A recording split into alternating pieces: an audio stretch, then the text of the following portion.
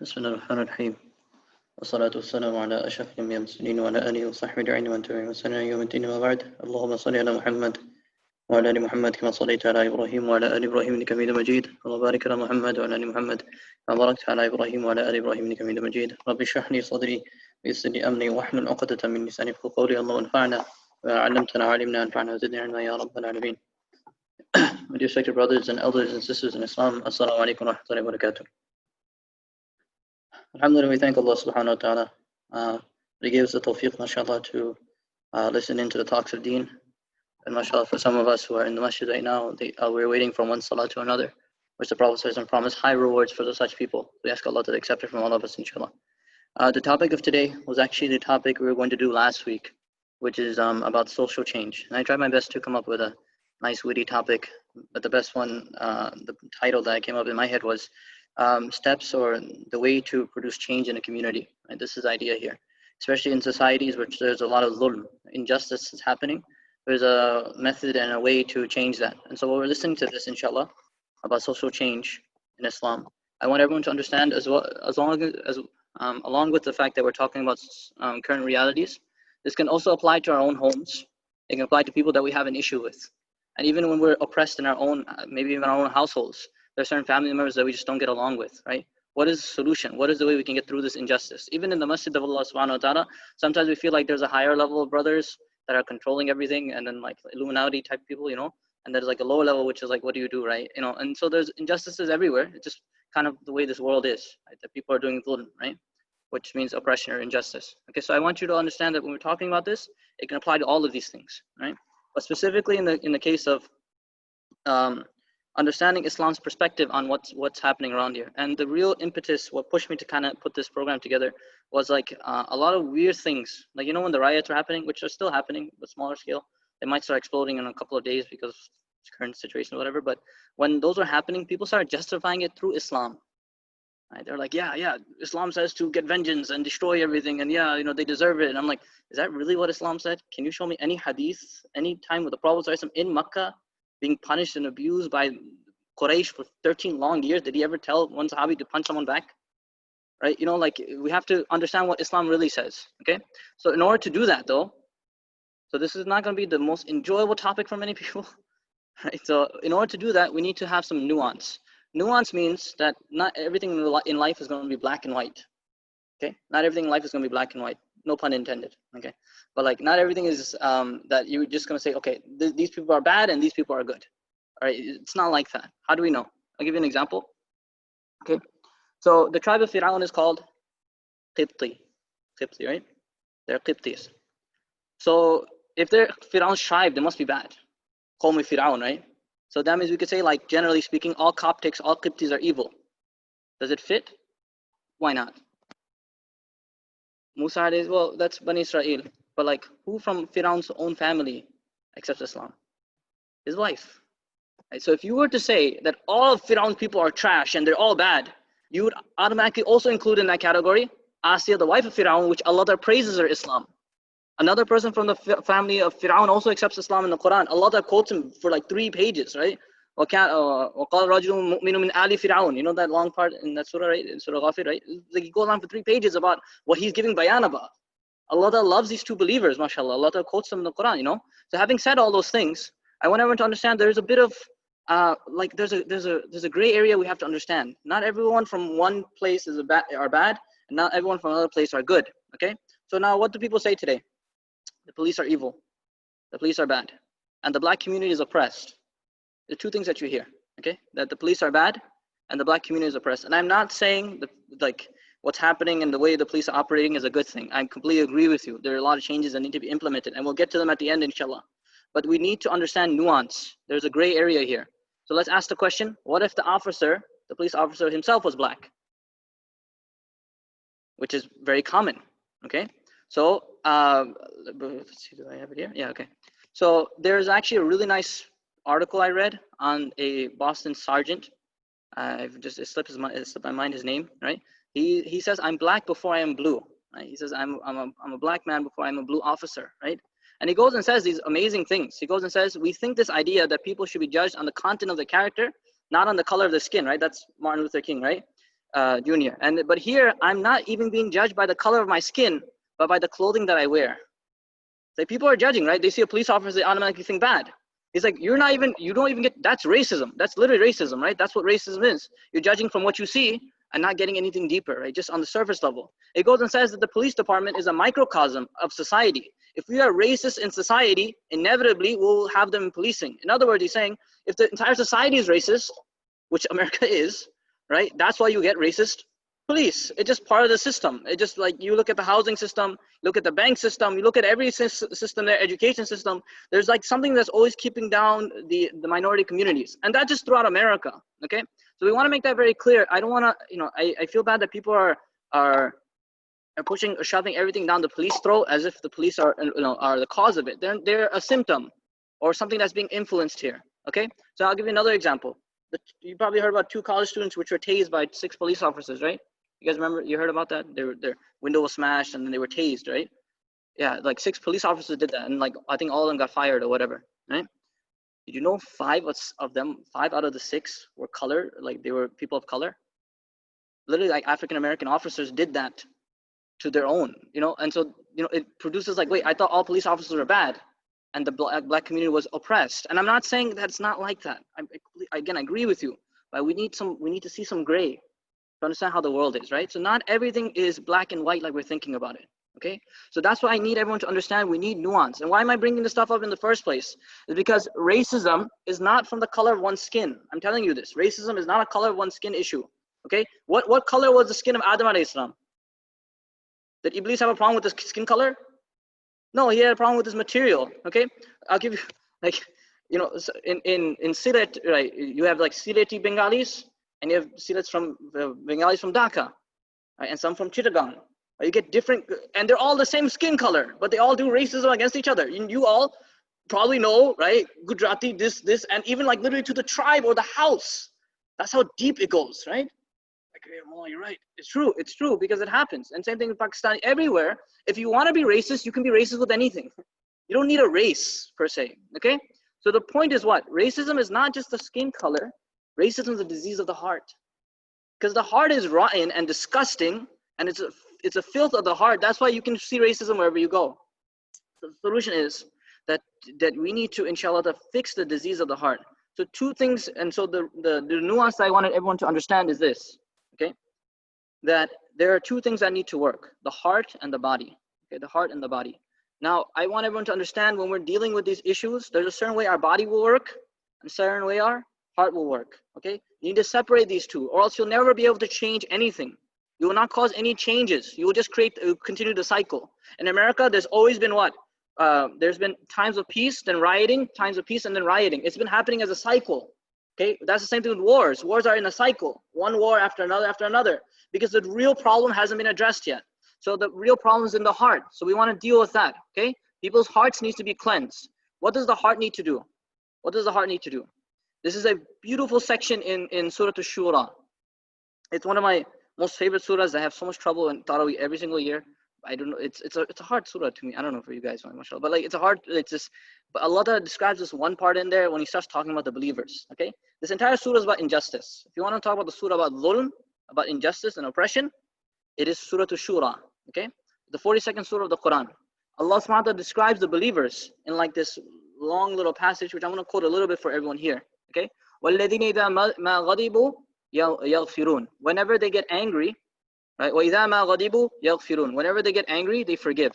Okay, that's what Allah first says about these believers. Then Allah says, وَالَّذِينَ اسْتَجَابُوا لِرَبِّهِمْ وَأَقَامُوا الصَّلَاةَ وَأَمْرُهُمْ شُورَى بَيْنَهُمْ وَمِمَّا رَزَقْنَاهُمْ يُنْفِقُونَ. Those that respond to the Lord, establish prayer, and the decisions are based on shura and consultation between each other. They make mashwara before they make any decision. Okay, and those that وَالَّذِينَ إِذَا صَابَهُمُ الْبَغْيُ هُمْ يَنْتَصِرُونَ. Allah says, those who are subjected to aggression, when any violence comes towards them, they defend themselves. This ayah is actually the ayah about self-defense. Okay, thereafter Allah tells you, after telling you about you can defend yourself and you can get retribution, you can get your vengeance or your revenge, completely fine. But Allah says, وَجَزَاءُ سَيِّئَةٍ بِسَيِّئَةٍ مِثْلُهَا. That the recompense or the price of an evil is an evil like it. Okay, there's a price of an evil like it, right? So in other words, if someone hits you, you can take one back, right? That's what we understand. An eye for an eye type of thing, right? If someone kills someone from your family, you are justified in Islam by the state, by the government, not by you going to the house with like a butcher's knife and just come here, just finish the guy. That's not the way here. But the idea is that you are allowed to take out, you can go to the government and they can handle the situation for you. If you lost one person in your house, you can take someone else from theirs, right? That person who killed them, the murderer, right? So, but Allah Ta'ala says, after all that stuff about self-defense and getting your own and your individual retribution, which is not, by the way, societal retribution. Again, like these are the exact ayats, by the way, that when someone sent it to me that, brother, we're allowed to riot and destroy and cause destruction. I'm like, really? This ayah says the individual family is allowed to take out the individual murderer. Not the individual guy was killed, so now we all get to destroy Payless and get all our shoes or whatever, right? That's not the way here. Payless is not free, right? You just have to pay something for it, So there's some misunderstanding here, and this is the misunderstanding. People literally quote it out of context. I asked the person that sent this, I'm like, can you send me the ayah before and ayah after? This is the ayah before, the ayah which they were about to bring up. It says, وَمَنْ عَفَى وَأَصْلَحَ فَأَجْرُهُ عَلَى اللَّهِ. Allah Ta'ala says, and so the recompense of a sin is like a sin like it. Right? If you kill one, you get to kill one, the murderer from them, right? Then Allah says, but whoever forgives and amends it, says, you know what, we'll just fix the relationship, we won't take it any further.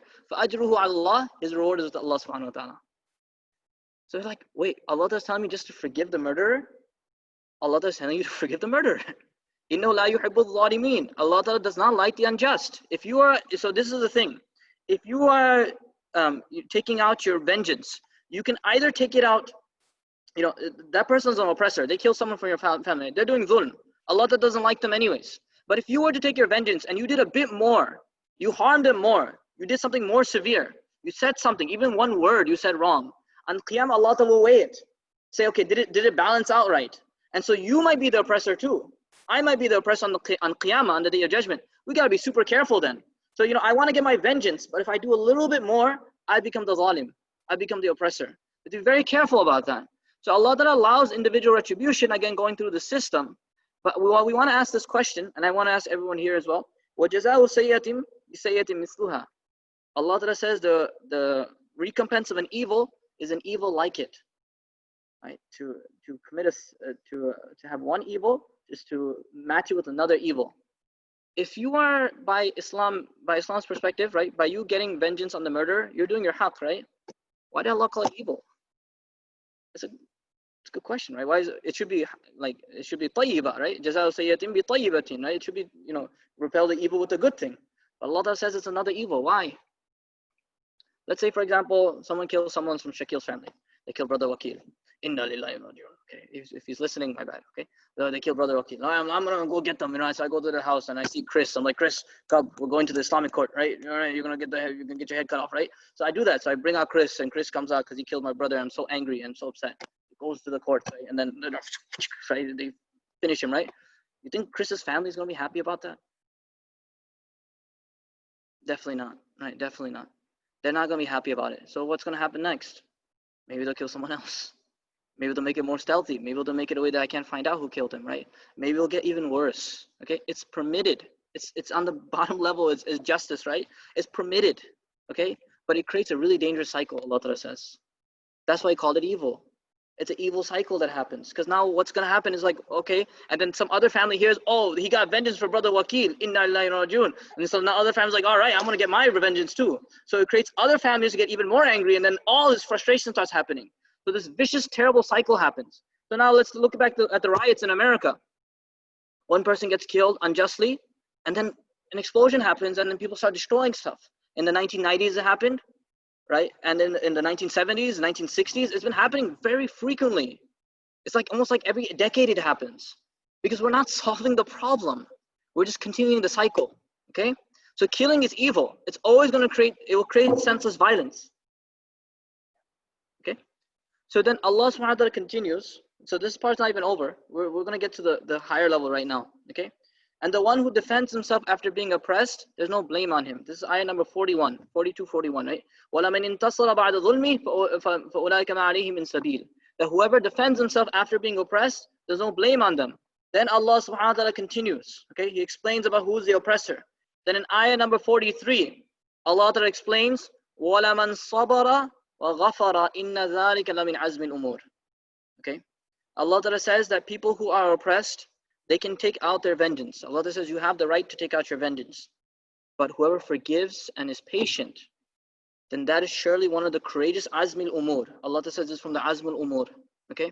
I want everyone to understand what Azmul Umur means in Islam. So one translation Mufti Taqi Usmani Sahib, he gave, Azmul Umur is courageous conducts, right? It's one of the bravest, most impressive things a person can do. Is that after a family member died, after they were oppressed, they go say, you know what, I'll be patient. I'll wait for my reward from Allah and I'll forgive them. I'll let it go. All right, they were being terrible to me. They were being mean to me. I'll just let it go. Allah Ta'ala called you in the Quran, you are a person of courage. The Prophet ﷺ said, the person who can wrestle their nafs, wrestle someone down to the ground is not strong. The one who can actually tell himself not to be angry and calm himself down, that's a strong person. When you decide to forgive them, Allah Ta'ala says, congratulations, you are a really impressive person. You are a person who has real characteristics. And so then another translation though, and this is the one that I have a preference towards. Azmul Umur means a decision that you've made with resolve. What is the example of it? When the governor writes something and he signs the bottom of the paper, what's going to happen to that law that the governor decided on? Everyone's going to follow it, right? Imagine the executive order, right? If Trump decides to ever do something, right? If it comes from him, right? And now the entire country has to listen to it. Azmul Umur is like that.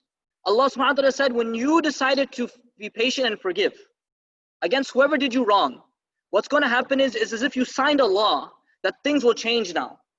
Allah is basically saying when you decided to forgive and forgo, what's going to happen is your decision will change the environment around you. Allah says if you want to change their hearts, this is the way you're going to change their hearts. This is the way you're going to create change. So in order to create change, and again, it's not the most popular thing, the most enjoyable thing for people to hear. The way you want to create change in America or in our houses or between our families or between husband and wife, you just need to forgive. You have to forgive with your heart. You have to just say, you know what, I'm tired of this oppression and violence and tyranny and whatever. I need to let it go. Okay, I need to let it go. Because why? Because one of the worst drugs in all of life is vengeance, revenge. When you're taking revenge, it is the worst game a person can play. It's an addictive drug. When they did something wrong to you, all right, they didn't invite me to their daughter's wedding. I have 3 daughters. They're not getting invited to any of them, right? Like, not even to their birthday parties. Like, I'm going to take it on a higher level. And so then when you do all that vengeance, what happens to the other family? Oh, right, he's not coming to my qabr now. Like, he's not coming to my janazah. You know, Corona only allows you 10 anyways. He's not going to be one of them, right? So the vengeance is a terrible drug. It makes you feel so good. Like, yeah, I got him. You know, I got him. Finished him. You know, like that feeling of making a prank, right? And you're like, ha, I got you, sucker. And then you feel so good about it. It's one of the worst drugs for the nafs. It completely fuels your desires. You just feel so great, like the greatest person in the world. That's the thing the nafs wants. It wants you to feel special. Right? It wants you to be that special snowflake, right? I'm the individual. My star, my flake is different from everyone else. And look at me. Wow, look, I got vengeance. So you feel so pumped up and everything, right? It is the worst thing. That's why the Prophet ﷺ, okay, this is why Allah Ta'ala describes Azmul Umur, right? Azmul Umur is not just described about believers. Allah Ta'ala uses Azmul Umur to describe messengers. Messengers are described like this because the only thing they do is forgive. They just keep forgiving. That's why the Prophet ﷺ in a hadith Bukhari, the Prophet ﷺ, Aisha radiallahu anha narrates, the Prophet ﷺ would never take vengeance for himself. If something bad happened to him, you just let it go. If only in the condition where Allah Ta'ala's right was being abused or Allah Ta'ala's haqq was being violated, then the Prophet ﷺ would take vengeance, meaning someone was killed unjustly, things like that. The Prophet ﷺ would take vengeance for that. But he never take it for himself. And so this is the thing about what's happening in the world around us right now. Are the protesters actually protesting because a man named George Floyd was killed unjustly? Or are they protesting because I finally get a chance to say something and I wanted to say something? Is it for the person who died? And I'm not denying, again, I completely support these things. I do support these things. But is it because of a person who was killed unjustly? Or is it because I just really wanted to say something and finally got a chance to say it? I wanted to destroy property, and I never got a chance to do it. You know those guys, you've probably seen them on like YouTube, whatever, right? The guys who are preparing for like an apocalypse. So they have like, all this food and like these cans of tuna that are like stuck in their basement, and then they have like all these machine guns and shotguns and everything. They were literally waiting for an opportunity to like destroy a store, and those Jordans in that store, I've been waiting for this for so long, and then finally, all right, they're mine. And so then he steals it. Or those iPhones that he wanted. He couldn't pay for it himself, so 5-finger discount everything, right? So that's the idea here. It's just, are we really taking it for some real higher purpose, or are we doing it for ourselves? Okay. And Allah subhanahu, it's a hadith of the Prophet sallallahu alaihi wasallam. Allah Ta'ala, Nabi sallallahu alaihi wasallam says, "Ma zadallahu abdan bi'afwin illa izza." When you learn to forgive, Allah subhanahu wa ta'ala will only increase you in honor.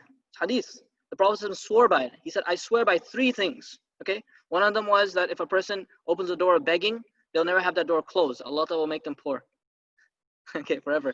And then the second one is, the Prophet said that sadaqah will never decrease wealth. When you give sadaqah, it will never decrease your money.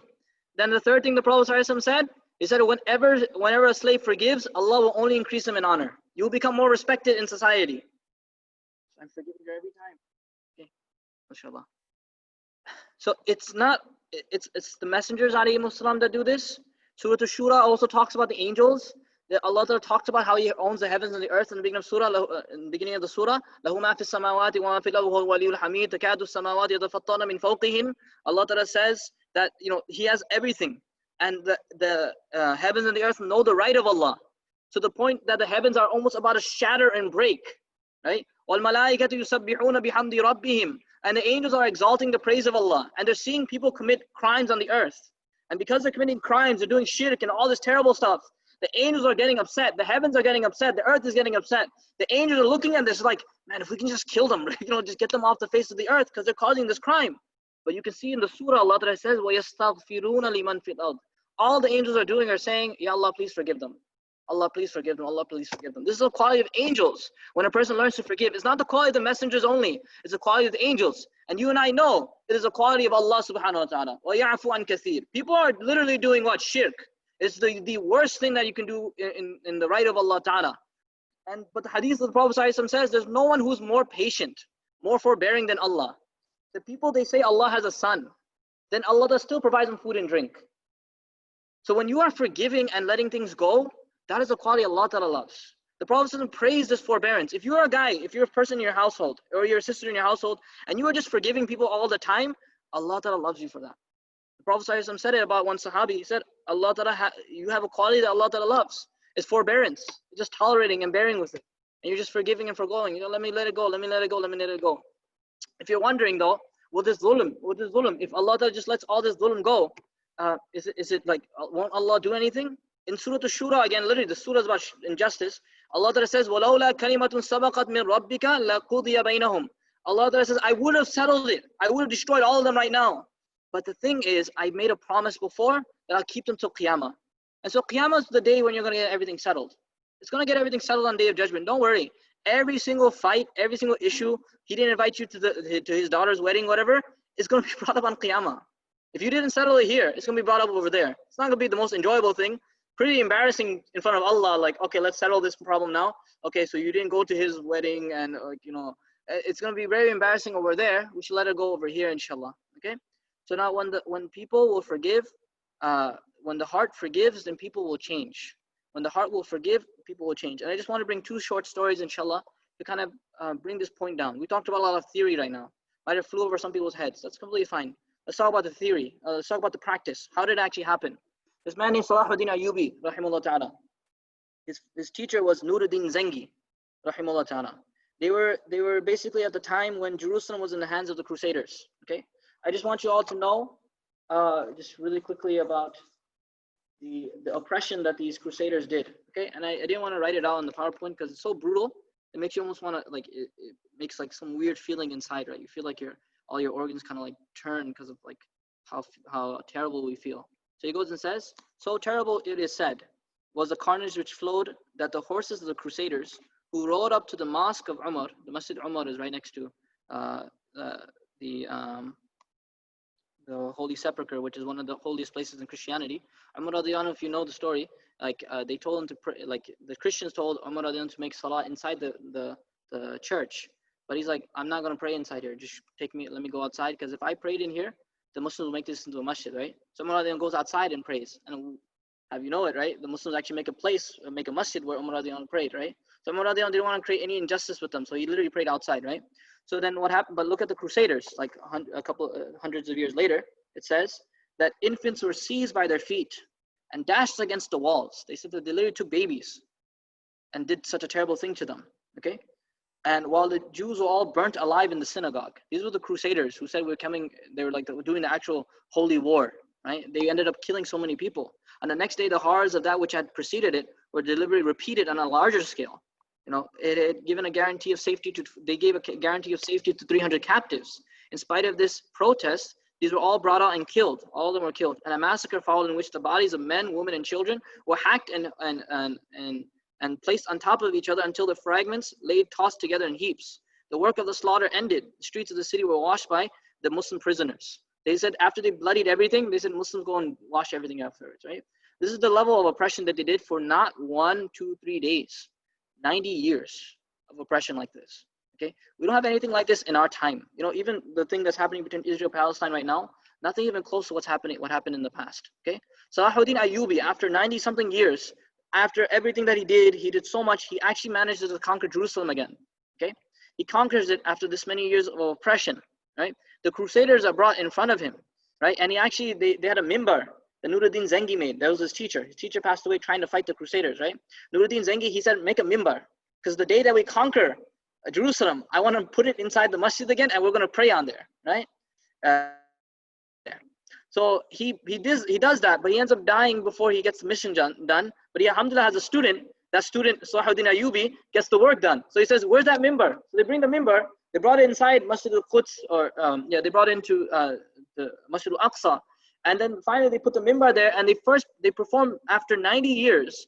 Jumu'ah prayer was held again in Jerusalem. 90 years. You and I only went a couple of months, like it felt really hard. Imagine 90 years of never praying. Allahu Akbar, you know. The Imam Sahib would have died from that by then, you know, like it would have been such a long time. So now, in face of all that oppression with the Crusaders, this is written by a Christian.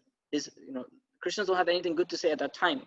But Salahuddin Ayyubi, they call him Saladin, right? They said, never did Saladin show himself greater than this memorable surrender. Okay, his guards. So after they oppressed them for this many years, whatever, he goes and tells his guards. They kept order in every street and prevented violence and insult, in so much that no ill usage of the Christians was ever heard of. They didn't curse, they didn't hurt any Christian that was living in the city at the time. And then he allowed the patriarch, which is like the main guy from the church, and he allowed the Balian, who was like the mayor of the town. He allowed them both, because every single person became a prisoner. He said, you are both allowed to free 1,000 slaves each. You're both allowed to free 1,000 slaves each. So they got to choose 1,000 people from their own town and say, you're all free. And then he said, and he told his brother, Salahuddin Ayyubi went to his brother and said, oh brother, you can also free 1,000. You can also free 1,000.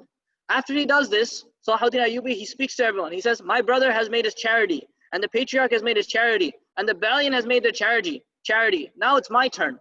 Then Salahuddin Ayyubi, all of them are prisoners. He takes over the entire city of Jerusalem. He orders his guards to proclaim throughout the streets of Jerusalem that all the old people who could not pay were free to go. Everyone who was poor was free to go. So poor men used to come up to him. Pregnant women used to come up to him. All the women and children used to come to him. Salahuddin, are we free? Salahuddin, are we free? Are we free? He said, you're free to go. You're free to go. You're free to go. He says, whoever can pay 1,000 is free. Whoever can pay 500 is free. It's like the backwards fundraiser. It's like whoever can pay 20 is free. He's like, whoever doesn't pay anything, you're free to go. He kept allowing people to go, to the point that from sunrise to sunset, people are being freed. Sunrise to sunset, people are being freed. Now, this is from Lane Poole, a Christian historian, is writing this. If the taking of Jerusalem were the only known fact about Salahuddin Ayyubi, it would be enough to prove him the most chivalrous and great-hearted conqueror of his own, and perhaps of any age. Okay, why Quds? Why did Jerusalem last for that long? You know, without any animosity, all these Jews, Christians, and Muslims were living there for so much peace because Salahuddin Ayyubi made it like that. Because he made it like that. And he goes and says, the Christian historian wrote, and he said that he is the greatest, right? But there was someone who topped him. The one who taught Salahuddin Ayyubi rahimahullah how to do that was who? The Prophet ﷺ. He literally just learned it from the Prophet Muhammad ﷺ. So the Prophet ﷺ also goes through the same exact thing. After 20 years of fighting with the Quraysh, 20 years of fighting with the Quraysh. You know this, okay? He walks, having Bilal radiallahu anhu tortured, Sumayya radiallahu anha martyred, Hamza radiallahu anhu mutilated on the battlefield. It's his uncle who's been oppressed and his stomach was cut open and they literally took out his organs. Right? Well, his body, if you were to take it out from the ground,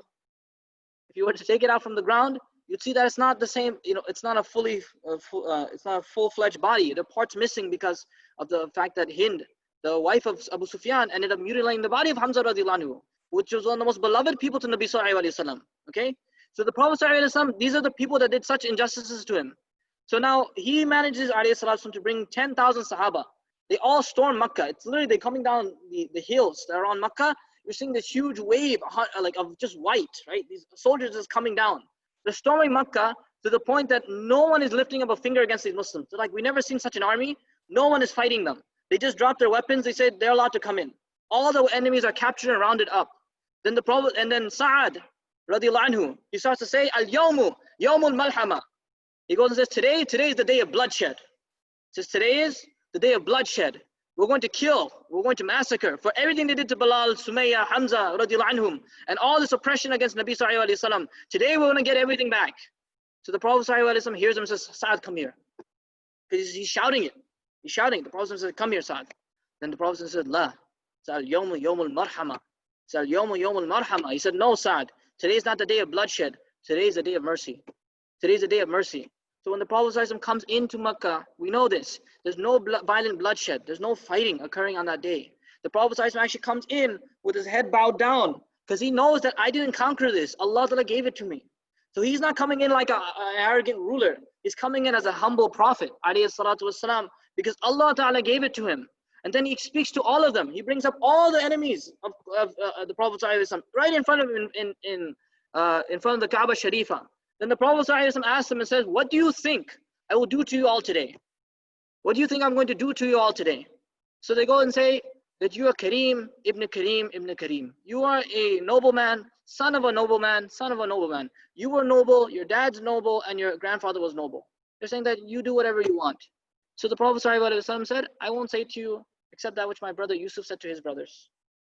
Right? Literally, like he's walking through the streets of Medina, walking through the streets of Makkah with all this dhulm he's looking at. He knows where Bilal was tortured. He knows where Sumayya radiallahu was martyred. He knows where all these things happened.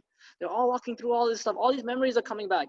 Even his own house, alayhi salatu is there, right? It's right next to the masjid, right? And he sees it, and they kicked me out of my own house. They banished me for 10 years. The Prophet says, I'm going to say to you what the brothers of Yusuf said to his brothers. La tasriba alaykum al-yawm. No vengeance on you today. No problem.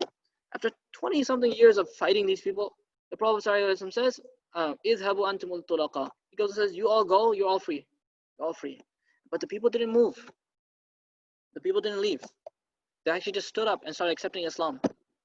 They started accepting Islam because forgiveness will change hearts.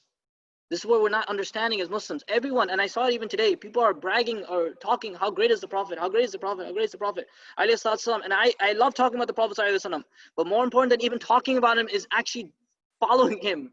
If you are bragging or you are talking about how great he was, he was designed as a role model. People are like, oh, he forgave, but he's a prophet, I can't forgive. Oh, he was generous, but he's a prophet, I can't. His model, his makeup is the model that you and I as human beings are able to copy. He wasn't made in a way that you cannot copy him. That would be an angel. That's why Allah didn't send an angel. He sent a human. So when people start accepting Islam in mass, I want everyone to understand that if you and I do the same exact thing in a protest or in the injustice of the society, or even in a family, or even between husband and wife, you will find that the entire world will listen to you. They will obey you. They'll follow you. If you can just let it go. Just let all the animosity go. Just let all the hatred go. You know what? For the sake of Allah, I'm going to forgive you from my heart. From my heart, I'll just let everything go. That is the solution here. That is what's happening for years and years on end. There's not been forgiveness. Okay? I'm not saying to be okay with what the police officers are doing, but we haven't forgiven it. What did the innocent police officer do? There's one guy who did you wrong, or maybe a couple of guys who did you wrong, or even 90%. What about the 10%? Why are you angry at the 10%? Why are you angry at everyone? Because that's literally what racism is, right? One guy does something wrong, one Muslim bombs something, and all the Muslims are bad, right? One police officer does something wrong, then they're all bad. You're doing the same exact thing. The same exact thing. So if the heart is supposed to forgive, what is the body supposed to do? Okay? You forgave. Does that mean you forget? You remember. All right, I forgive you. I'm not going to forget it. I'm not an idiot. Right? You stole my money once. All right, so let me get into business transaction with you. No, like the guy stole 10,000 bucks from you and you forgave him, mashallah, because you're a great guy. But don't go into business again with him. Right? The Prophet ﷺ, make sure you understand this difference. He says, لا يُلْدَغُ الْمُؤْمِنُ مِنْ جُحْرٍ وَاحِدٍ مَرَّتَيْن. The Prophet ﷺ said, a believer is not bitten by the same hole twice. If you got screwed over once and you get screwed over again, who else? There's an issue. There's an issue here. Oh, I'm just going to forgive him and here, take my money again. Oh, no problem. You're going to take my daughter. No, ya Rab, like, relax. Relax. Forgiveness means I forgive with my heart, but my body knows what to do. My heart is forgiving you. On the Qiyamah, don't worry about it. But I'm not dealing with you again in this world, brother. That's the way it's going to be. Because why? Because I can't get tricked. I'm not an idiot. I'm not a fool. The Prophet ﷺ said that a believer is a little gullible because that's how we are. We're nice. We trust people. But doesn't mean we're fools, right? We're gullible because, or we're a little naive because we want to trust people. But after I trusted you once, I'm not going to do it again. That's what we want to understand here. Don't forget. So now, if a police officer did this wrong, you need to shout against injustice. Let it go. Let the oppression go. Let the violence and animosity in the heart go. But go ahead and tell them that you guys have brutality. You have injustice. Tell them that. Tell them that's fine. Completely fine. Because why? Because it's true in this country, police officers do get military-grade weaponry. If you look at them right now, right, they look like Master Chief from Halo, if you know what that reference is. But if you don't, it's no problem. Right? They look like they're going out to war, right? Like you look at them, right, at the protest, right? You're like, are they going out to fight in Iraq? I thought Iraq war was supposed to be over. It's kind of not over, you know. They're fighting it in America now. You're looking at them. They do get military-grade weaponry, and you know they get like so much funding, and they're just using it to buy the biggest guns that they can get. It's kind of wrong, right? It is kind of wrong. And the training time for officers in America is, honestly speaking, very short. Very short. So you have to, like, they have different rules for how much education you need to have. Some places only have up to high school. Some places only have like 2 years of college, right? Of studying like law or whatever. And some places just, you have to be age level. You have to be age. There's a certain age group, 18 to 21, whatever. You have to be a certain age. That's allowed. And then afterwards, how long is the academy in America? The academy is 6 months, 9 months in some places. That's it. And you're just trained to grab a gun and learn to, you know, how long is it in Germany? 3 years. Just in the academy, learning how to diffuse situations. So you can see why in Germany they have a lower amount of deaths or police violence than they have in America because of that. And you can go and complain. Go ahead, complain. And another thing is no transparency. This guy who freaking was on his neck for 8 whatever seconds, right? 8 minutes and 40 something seconds. This guy has so many demerits. He has so many issues. There's so many issues, and they still let this guy out. Why did no one know about that? Why didn't we know about that, right? We should have known about it from the get-go. There's no transparency. There's literal problems that you can talk about, and that's fine. Dialogue needs to happen, okay? But knowing that the way forward is not through more violence and oppression, okay? Like one person said very beautifully, don't burn your own freaking house down. Like, don't burn your own house down. That's what they're doing, okay? Like, you know, one of the first things that burned down was a public housing that was under construction. Who was going to live in the public housing? Was it Donald Trump? No, it was literally the minority communities that need that place to live. Okay? What did the barbershop do?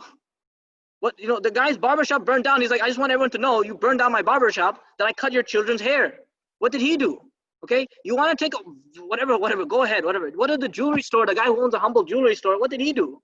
You literally, there's a video, right? He tried to halfway open his shop. What does that mean? You halfway opened that gate, right? So you halfway opened it, and all these rioters came in, slammed it, broke all the things, and stole everything from inside. What did he do? What did he do? Okay? And officers that were innocent officers have died. Police officers, African American police officers have died. Is it really the way forward that you're going to create another oppression on top of that? You're just going to create another cycle of violence. Don't stoop down to their level. This is the thing. Sorry for the language. Stupid people want you to stoop down to their level. Okay? People who are lower than you want you to go down to their level because they want to be arrogant and ignorant and dumb. And when you do it too, they're like, oh, look at that guy. He wears a topi and he has a nice beard and he's doing the same thing as me. We're both the same. Why does he go to masjid? You know, why does he go to masjid? You know, that feeling of wanting to be the same as you. That's why they're doing it. So don't allow yourself. Always be the bigger man.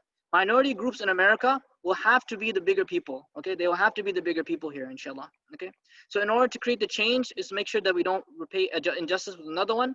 And I want everyone, inshallah, the final thing that I want everyone to recognize is that when we deal with it, you want to deal with it not just like an American. Deal with it as a Muslim American. Your deen teaches you something completely different. Okay. And I want to make this clear from the beginning. I made this clear that I'm not saying that there's no injustice or no violence. Okay. But the way that Islam teaches us to deal with and handle is not by destroying things or looting or destruction. Islam teaches us what? That the only way to get rid of oppression is to douse it with forgiveness. Just forgive it. Okay. One of the amazing things is what? Fir'aun was from which country? Egypt. Which country has like the most Muslims now? Like one of the most Muslims in the world? Egypt. Right? If you and I had the hidayah in our hands, would you ever give it to Egypt? No, because of Fir'aun. But Allah subhanahu wa ta'ala can choose hidayah whoever He wants. Okay, that's the thing. And Egypt is such an amazing country because of the fact that they're not even originally Arab speaking. They're not Arabic. They're not Arabs, right? The proper Arabs, are in the deserts, right? They are literally like at the corner of that. But they were muta'arrib. They became Arab because of how much Islam they infused into their communities, right? So this is the thing we have to remember: is that look, if you are allowed to, if you can just forgive things and let things go, Allah will bring hidayah there. Allah will bring hidayah there. So we want hidayah, we want change. In order to get change, you have to give people a chance. Give them a chance, inshallah, then you'll see the change. We ask Allah for so much tawfiq and hidayah. Allah to allow us, inshallah, to remember the beautiful stories from our tradition of Salahuddin Ayyubi and the Prophet Muhammad sallallahu alaihi wasallam, and He allow us, inshallah, to just let it go, the feeling, the burning. That burning feeling when you're angry at someone, you just want to get like your vengeance off, right? Just if you can just swallow that. As for the men, mashallah, the hadith of the Prophet sallallahu alaihi wasallam, you guys heard it last, like we said a couple of days ago in our ta'aleem after Isha. Mashallah, Allah promises very great things on Qiyamah. Okay, beauty pageant on Qiyamah, mashallah. You have it ready. Just learn to just swallow your anger. Just let it go. If this one how again, just for the sisters, mashallah, if this one wife is making you really angry, don't worry. You just swallow your anger. You get many of them in the day of judgment, inshallah. Okay. And sisters, same thing, mashallah. Allah has promised you something that we don't even know what He promised you. That's how great it is. Allah is like, your mind can't even understand what we promised you. Okay, you guys, you have a very simple amount of things you want in life. So Allah said, you get this, this, and this. Like throw the bone at the dog, good to go. But for sisters, Allah says that on the day of judgment or in Jannah, Allah will make them happy in ways that we cannot imagine as human beings. Yes, Allah for so much tawfiq and hidayah. Allah allow us to become people who forgive. Allah allow us that the day that inshallah ta'ala, the day when the Palestinians will finally get their country back, inshallah, Allah allow us to act like Salahuddin Ayyubi. When the day when inshallah when India comes back into just proper hands again, inshallah, allow the Muslims to be the people like Nabi Sallallahu Alaihi Wasallam that day. Ask Allah the tawfiq that even with the black community in America, that mashallah the Muslims from them, inshallah, that He allows us to adopt the sunnah of the Prophet Sallallahu Alaihi Wasallam. Every community in the world, Allah allows us to be when we get the upper hand, we become the hand that forgives, not the hand that takes, inshallah. May Allah give us all tawfiq. Wa sallallahu alaihi wa sallam Muhammad wa alihi wa sahbihi ajma'in.